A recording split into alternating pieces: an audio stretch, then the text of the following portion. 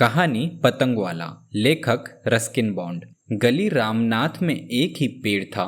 वह बरगद का पेड़ पुरानी मस्जिद की टूटी दीवार के बीच से निकला हुआ था।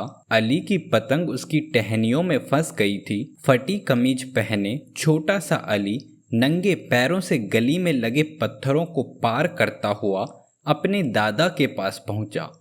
उसका दादा अपने पिछवाड़े के आंगन में धूप में बैठा हुआ ऊँग रहा था। दादा जान, लड़के ने पुकारा, मेरी पतंग गई। बूढ़ा दादा अपने स्वप्न से झटके से जगा। उसने अपना सिर ऊपर उठाया। उसकी बहुत बड़ी दाढ़ी, जो कि बुर्राक सफ़ेद होनी चाहिए थी, लाल दिख रही थी, मेहंदी में रंगे होने की वजह से। क्या मांझा टूट गया? बूढ़े ने कहा। पहले जैसी डोर अब कहाँ मिलती है? नहीं नहीं दादा जान, मेरी पतंग बरगद के पेड़ में फंस गई। बुढ़ा जोर से हंसा। तुम्हें ठीक से पतंग उड़ाना सीखना है अभी मेरे बच्चे। मुश्किल तो यह है कि मैं बहुत बूढ़ा हो गया हूँ, तुम्हें सिखा नहीं सकता, पर तुम्हें एक नई पतंग जरूर दूंगा। उसने उसी समय पतले कागज और रेशम की एक नई पतंग बनाकर धूप में सूखने के लिए रखी थी। गुलाबी रंग की हरे पुछल्ले वाली पतंग।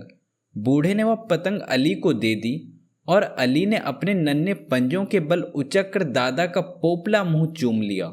इस पतंग को नहीं खोऊंगा, उसने कहा। चिड़िया जैसी उड़ेगी यह पतंग, और अपनी एड़ियों पर घूमकर कूदता हुआ आंगन से बाहर निकल गया। बूढ़ा धूप में बैठा सपने देखता रहा। उसकी पतंगों की दुकान कब की खत्म हो चुकी थी। एक कबाड़ी ने वह जगह खरीद ली थी। अपना दिल बहलाने के लिए वह पतंगे अभी भी बनाता था, जिससे उसके पोते का भी फायदा होता था। बहुत कम लोग अब पतंग खरीदते थे। बड़े तो उन्हें बहुत मामूली चीज मानते थे, और बच्चे पैसा पाने पर सिनेमा देखना पसंद करते थे। सबसे बड़ी बात तो यह थी कि पतंग उड़ाने के लिए कोई खुली जगह ही नहीं रह गई थी। जो खुला घास का मैदान पुराने किले से लेकर नदी किनारे तक फैला था, उस सारे मैदान को शहर निगल गया था। बूढ़े को पुराना जमाना याद आता था, जब बड़े बड़े लोग पतंग लड़ाते थे। पतंगे आसमान में तेजी से घूमती थी और झपट्टा मारती थी, एक दूसरे के धागे से फंसकर खिंचती जाती थी, जब तक एक पतंग कट नहीं जाती थी। फिर वह हारी हुई कटी पतंग अपने धागे से मुक्ति पाकर नीले आसमान में पता नहीं कहाँ चली जाती थी। बाजियां लगती थी और पैसे हाथ बदलते थे। उस समय पतंगबाजी शाही शौक था। बूढ़े ने याद किया कि कैसे नवाब साहब खुद नदी किनारे अपने दरबार के साथ आते थे और इस राजसी शौक में समय बिताते थे। तब लोगों के पास समय था जो कि वह एक नाचते हुए दिल को खुश करने वाले कागज के टुकड़े के साथ मौज मस्ती में बिता सकते थे, चाहे घंटा भरी क्यों ना हो।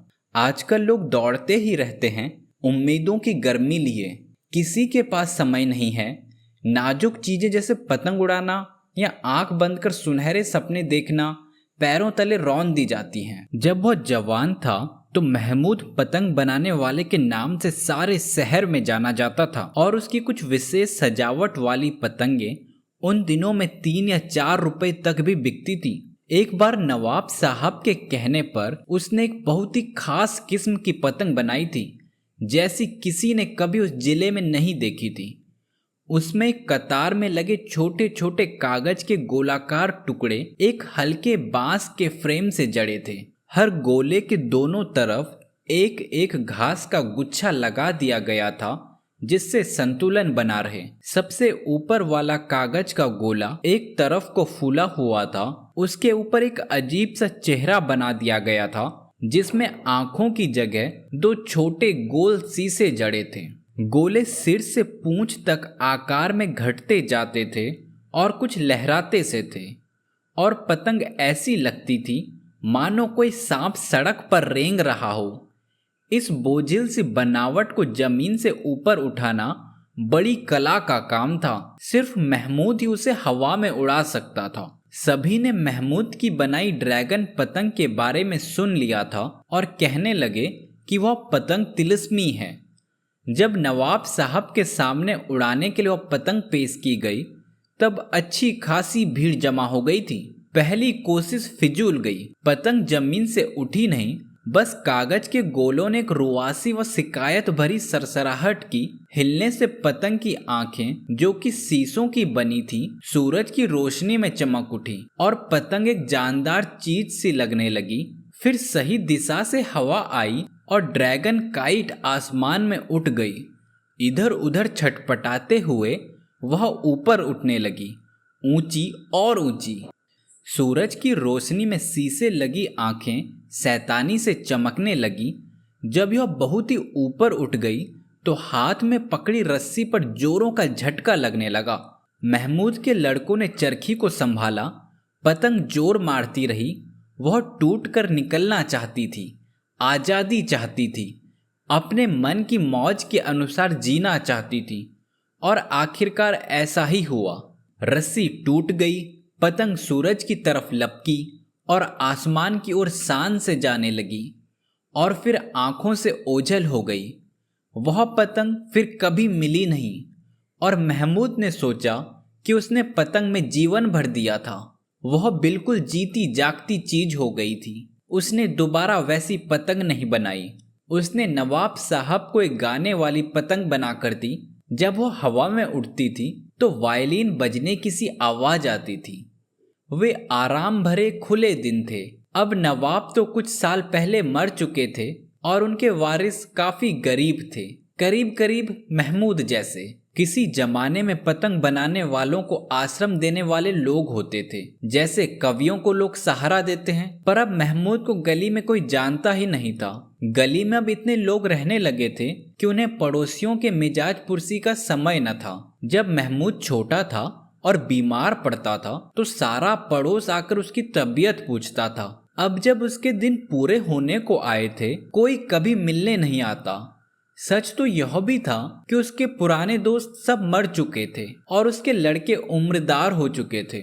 एक तो पास के गैराज में काम कर रहा था, दूसरा पाकिस्तान में था। बंटवारे के समय वो वहीं था और फिर वापस यहाँ रिश्तेदारी में नहीं आ सका था। जो बच्चे 10 साल पहले उससे पतंग ले जाते थे, वे खुद अब जवान थे और मुश्किल से अपनी रोजी रोटी कमाते थे। उनके पास एक बूढ़े आदमी और उसकी याददाश्तों के लिए समय नहीं था। वो एक तेजी से बदलती और होड़ भरी दुनिया में बड़े हुए थे। एक बूढ़ा आदमी और एक बूढ़ा बरगद, दोनों ही उनके लिए सिर्फ उपेक्षा के पात्र थे। उन्होंने तय कर लिया था ये दोनों ही हमेशा के लिए इस तरह से जुड़े जरूर थे, पर हल्ला गुल्ला मचाती, माथे से पसीना बहाती आम आदमी की दुनिया जो उनके आसपास थी, उसका इनसे कोई लेना देना नहीं था। अब लोग बरगद के पेड़ तले जमा होकर अपनी समस्याओं और अपनी योजनाओं के बारे में बातें नहीं करते थे। सिर्फ गर्मियों में कभी कभी कड़ी धूप से बचने के लिए वहां खड़े हो जाते थे।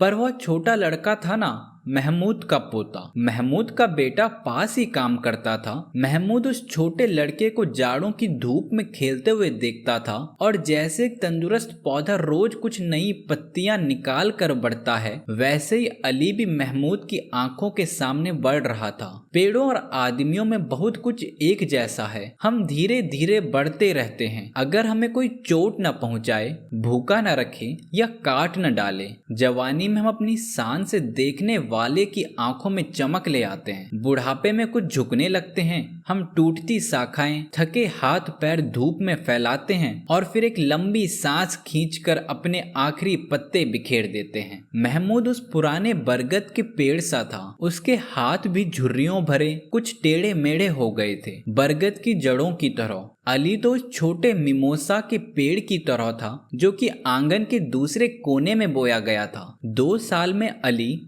और मिमोसा का पेड़ दोनों ही तरुणाई की ताकत और आत्मविश्वास पा जाएंगे। सड़क की आवाजें धीमे होने लगी। महमूद को लगा शायद उसे नींद आ रही है और वह फिर सपने देखेगा। कभी कभी वह पतंगों के सपने देखता था, एक ऐसी पतंग का जो कि हिंदुओं के भगवान विष्णु की सवारी गरुड़ की तरह सुंदर और ताकतवर दिखती होगी। वह अली के लिए एक बहुत ही गजब की पतंग बना कर जाना चाहता था। अली के लिए छोड़ने को उसके पास और क्या था। अली की आवाज दूर पर सुनाई दी। उसे नहीं समझ आया कि अली उसे ही पुकार रहा है। ऐसा लग रहा था कि आवाज बहुत ही दूर से आ रही है। अली आंगन के दरवाजे पर खड़ा पूछ रहा था, क्या अम्मी बाजार से लौट आई है? महमूद ने कोई जवाब नहीं दिया। अली ने दोबारा पूछा और दादा की तरफ बढ़ा। बूढ़े के सिर पर धूप तिरछी पड़ रही थी और एक छोटी तितली उसकी बड़ी सी दाढ़ी पर बैठी थी। महमूद चुपचाप था। अली ने अपने हाथ उसके कंधे पर रखे, पर महमूद ने कुछ नहीं किया। बस एक आवाज सी आई, जैसे अली को जेब में रखे कंचे जब आपस में रगड़ते थे तब आती थी। अली एकदम से घबरा गया और दरवाजे की तरफ वापस गया। सड़क पर दौड़ता हुआ जोर जोर से अपनी माँ को बुलाने लगा। तितली बूढ़े आदमी की दाढ़ी से उठकर मिमोसा के पेड़ पर जाकर बैठ गई। हवा का झोंका आया और उसने पेड़ में फंसी पतंग को निकालकर हवा में ऊंचा फेंक दिया। वह फटी पतंग उस कसमकस से भरे शहर से निकलकर अनजाने नीले आसमान में कहीं चली गई।